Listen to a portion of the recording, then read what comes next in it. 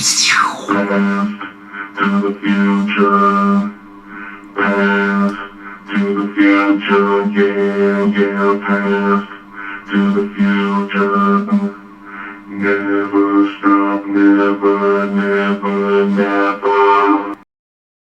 Hello, everyone, and welcome to Retronic to the Future.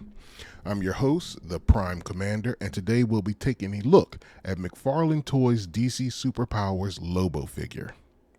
Well, I think to start off, the most glaring issue is the fact that this figure is not really in the traditional superpowers aesthetic. It looks more like a Superman animated cartoon show figure from the 90s, which is not a bad thing. If this is what the figure was supposed to be, then it would be spot on. It would be great. Instead, though, it comes up very short because it is not in the superpower style.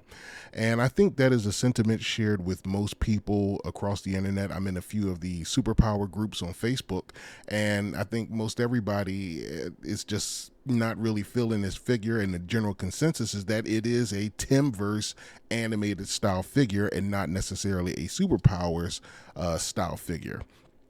With that, it does have all of the traditional superpowers, articulation, but it makes the same mistake that the second version of Superman makes, and that is the upturned fist. I really hate that. That is a big bother for me. I remember toys back in the day.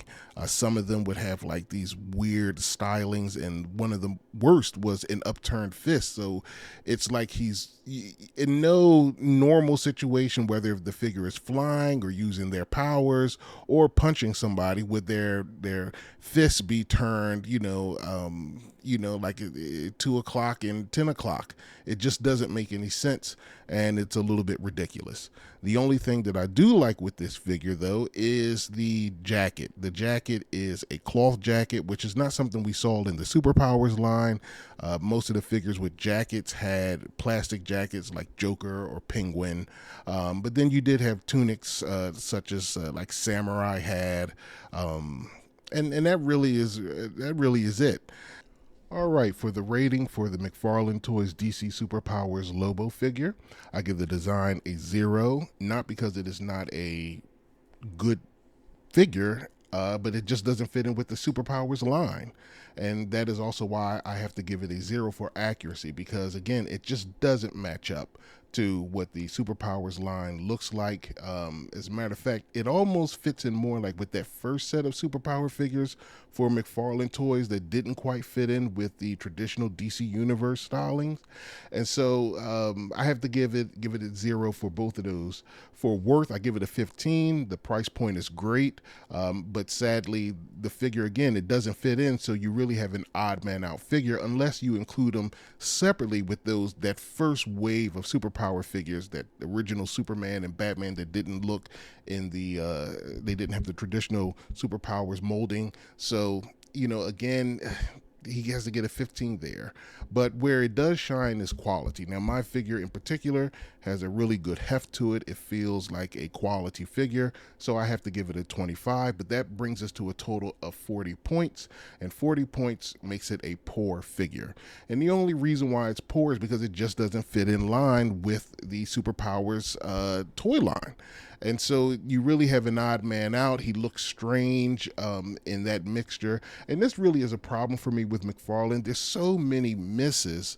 When he does hit, it's great. But then there's just so many problems where it doesn't make sense, because this should be a home run. Superpowers is easy. You have the toy line from the 80s. You know what the fans want. All you have to do is join one of the superpower groups, and you will see what people will tell you. And universally, people want things or figures in that same traditional styling. That's it. Nothing more, nothing less. Don't mix it up and add little funny things or quirks to it, and scale the figures correctly. So with the pros, I do appreciate the cloth jacket. I think that that was a big plus for me, something that I did not expect with the figure.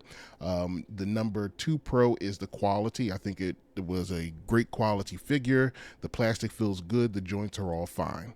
The cons is that it has an animated design, which doesn't fit in with the traditional superpowers line. My con number 2 are the upturned fist, which is ridiculous. And number 3 is the size.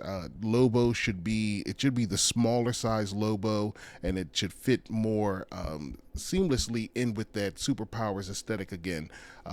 He's just too big and bulky, and I know that later iterations of Lobo had him bulk up, but Lobo, it should have been the more traditional, maybe 6'4", 6'6", maybe 6'7" scale size figure. But I mean, he's like the Hulk here. So he gets a 40 point, which is a poor figure. And that's really all I can say. Hopefully McFarlane, they have gotten better, and maybe we'll see another Lobo that is properly designed to fit in with the Superpowers toy line in the future.